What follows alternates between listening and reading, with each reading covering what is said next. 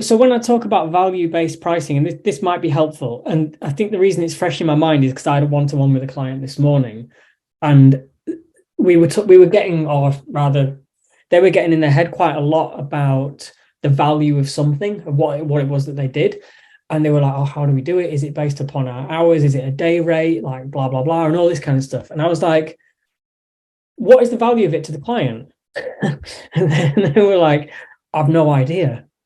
Okay, well, let's start there. Like that's often, if you're not sure, it's a good idea to just effectively, in a roundabout way, just ask a client what it's worth to them. So therefore, you might have your own idea of how much something is worth, but ultimately, if it's a website, if it's a piece of content, if it's an illustration, they're buying something with a view to moving something in their business. They're buying something with a view to making something happen in their own business. And it's like that's the thing that we want to focus on.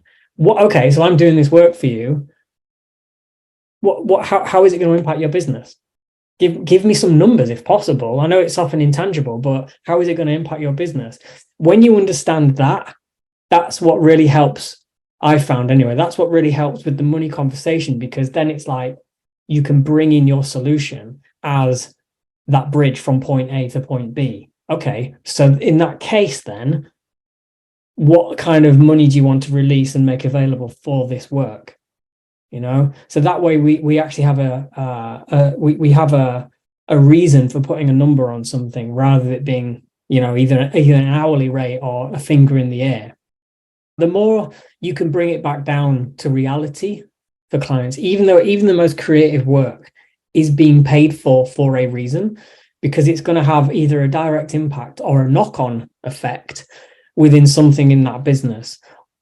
A big part of our job is to figure out what that impact is, or at least what that client believes it to be.